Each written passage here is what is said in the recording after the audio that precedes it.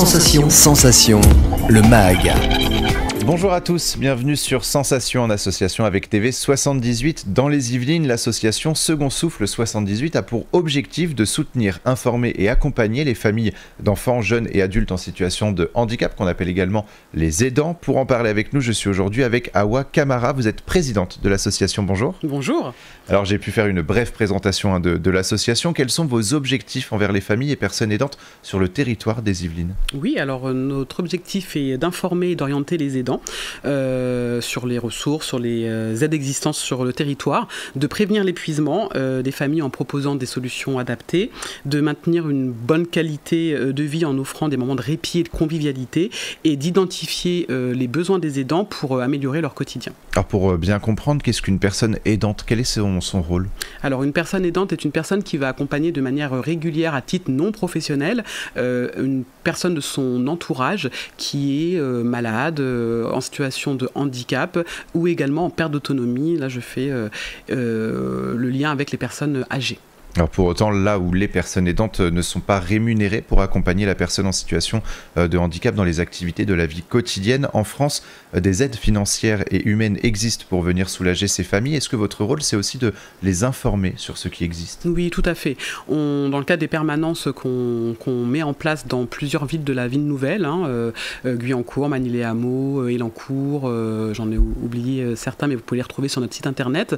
L'idée, c'est de les recevoir, de les écouter et de travailler avec les structures qui existent sur le territoire. Je pense particulièrement aux pôles autonomie territoriaux, la MDPH, où il y a des travailleurs sociaux, mais également des professionnels qui peuvent les accompagner pour monter des dossiers qu'on appelle MDPH, où dans le cadre de ces dossiers, un certain nombre d'aides existent, aussi bien des aides financières, je pense à l'allocation éducation enfants handicapés, mais également la PCH, la prestation compensation handicap, qui pour certaines familles peut permettre d'avoir des aides, aussi bien pour une aide humaine que l'aménagement d'un logement, d'une voiture quand il faut une voiture adaptée, mais également quand les enfants sont scolarisés et qu'ils ont besoin d'une AESH, d'une aide à la vie scolaire. C'est aussi dans ce dossier-là que les demandes vont se faire. Donc l'idée, c'est de les orienter également dans les centres communaux d'action sociale des villes, les CCAS, et également dans des associations, parce que même si nous, on est une assoce, on ne connaît pas tout, et il y a des assos qui sont un peu plus spécialisées sur certaines pathologies, certains troubles de l'apprentissage. Donc le but de l'assos, c'est de les mettre en lien avec tout l'écosystème qui existe. Et notamment, et vous l'avez évoqué, autour des besoins d'assistance, quels sont les besoins récurrents des familles d'enfants, de jeunes ou d'adultes en situation de handicap? Ce qui revient souvent, c'est les besoins d'aide humaine. Pour, par exemple, des familles qui souhaitent conserver un emploi et quand l'enfant n'est pas ou peu scolarisé, le fait d'avoir une aide humaine à la maison permet pour certaines familles de reprendre une activité. Pour des familles qui sont alors ou en activité ou à la maison, cette aide humaine permet de soulager le quotidien parce que une aide humaine, ça permet aussi de soulager la famille dans l'accompagnement à certaines activités, dans une prise en charge plus spécialisée quand on est avec un éducateur spécialisé par exemple. Mais voilà, il y a beaucoup de choses qui tournent quand même sur quelle aide je peux avoir pour être soulagé au quotidien. Et puis vraiment encore quel droit, à quoi j'ai droit pour conserver mon emploi, pour avoir une aide financière supplémentaire et tout simplement aussi pour avoir un soutien psychologique quand il y a une charge mentale ou d'autres difficultés qui apparaissent dans cet accompagnement. Vous avez plusieurs lieux de rencontres et d'information sur le territoire des Yvelines grâce notamment à des partenariats avec plusieurs structures et associations du territoire. Quelles sont ces structures et associations et avec lesquelles vous travaillez et dans quel but?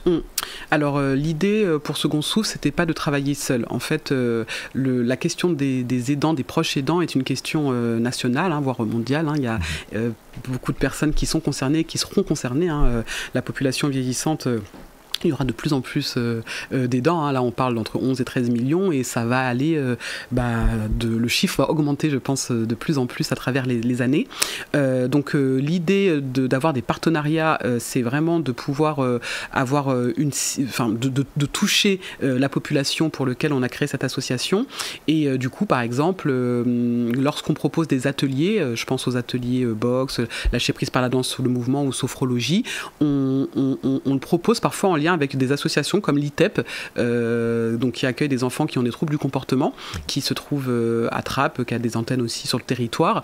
Et dans ce cadre-là, on va pouvoir proposer ces actions aux enfants, aux jeunes qui sont accueillis, mais également à leurs parents. Par exemple, pendant que les enfants vont faire un atelier boxe, nous, on va avoir les parents en parallèle sur de la sophrologie. Et sur certaines périodes, on va pouvoir proposer un atelier lâcher prise par la danse et le mouvement pour tout le monde. On va bosser aussi avec des associations pour la sensibilisation et des collectivités pour monter des groupes de parole ensemble, par exemple, d'échanges avec la collectivité qui nous accueille. On l'a fait sur la Verrière, on l'a fait également sur Manille-les-Hameaux.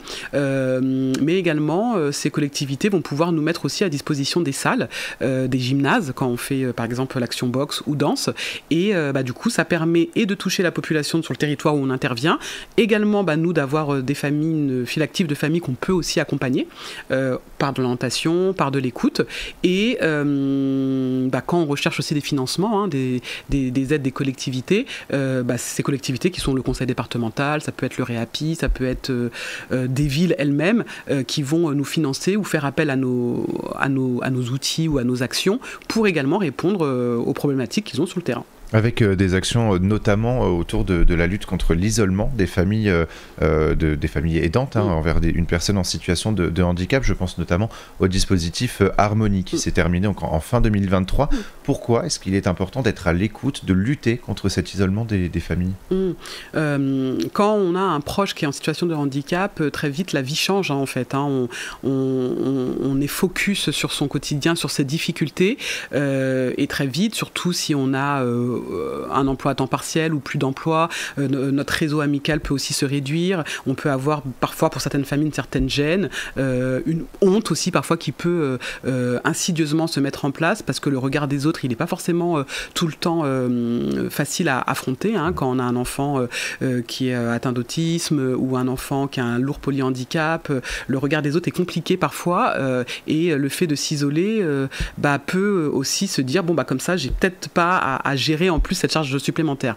Donc l'idée c'est de se dire que les lieux de culture que sont le cinéma, que sont les sorties avec le reste de la fratrie, les magasins sont aussi des lieux où on a notre place en tant que parents aidants et plus on fera de la sensibilisation, plus on permettra à ces familles d'avoir des activités, des actions aussi dans le droit commun et dans l'espace commun, plus on arrêtera de se dire que ces problématiques sont invisibles parce qu'on est tous de près ou de loin concernés et aller à la rencontre du grand public et pouvoir expliquer tout ça permet aussi que tout le monde trouve sa place dans notre société qui est plurie et pour lequel il faut un moment visibiliser toutes ces problématiques, encore une fois, qui concernent ou qui peut concerner le plus grand nombre. Et vous organisez également des formations auprès des aidants et professionnels en lien justement avec les aidants. Quel genre de formation dispensez-vous ? Alors on a deux types de formations. On bosse avec un organisme de formation qui s'appelle le COFA, Coopérer pour une formation accessible, qui est un organisme de formation qui est Calliope. Et l'idée, c'est vraiment de proposer à des collectivités, par exemple, des formations pour leurs professionnels qui sont en lien avec ces familles.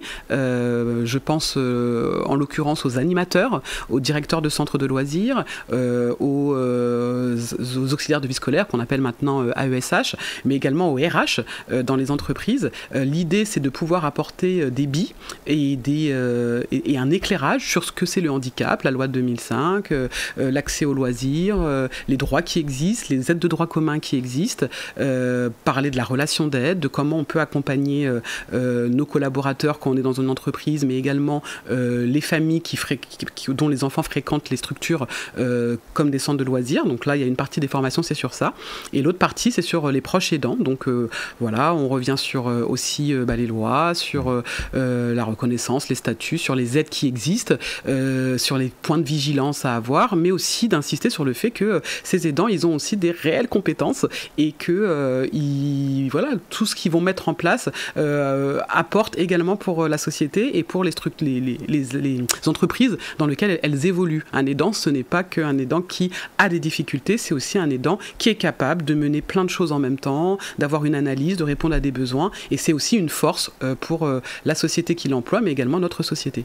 On n'aura pas le temps de l'évoquer, mais vous faites aussi également de la sensibilisation autour du théâtre, et pour plus d'informations, justement, on peut se rendre sur votre site, donc c'est secondsouffle78.fr. On peut également vous contacter justement pour avoir plus d'informations et également vous faire des dons pour toutes vos actions. Merci beaucoup à vos camarades d'avoir été avec nous sur Sensation. Et pour revoir ou réécouter cette émission, rendez-vous sur notre site, notre chaîne et notre application Radio Sensation.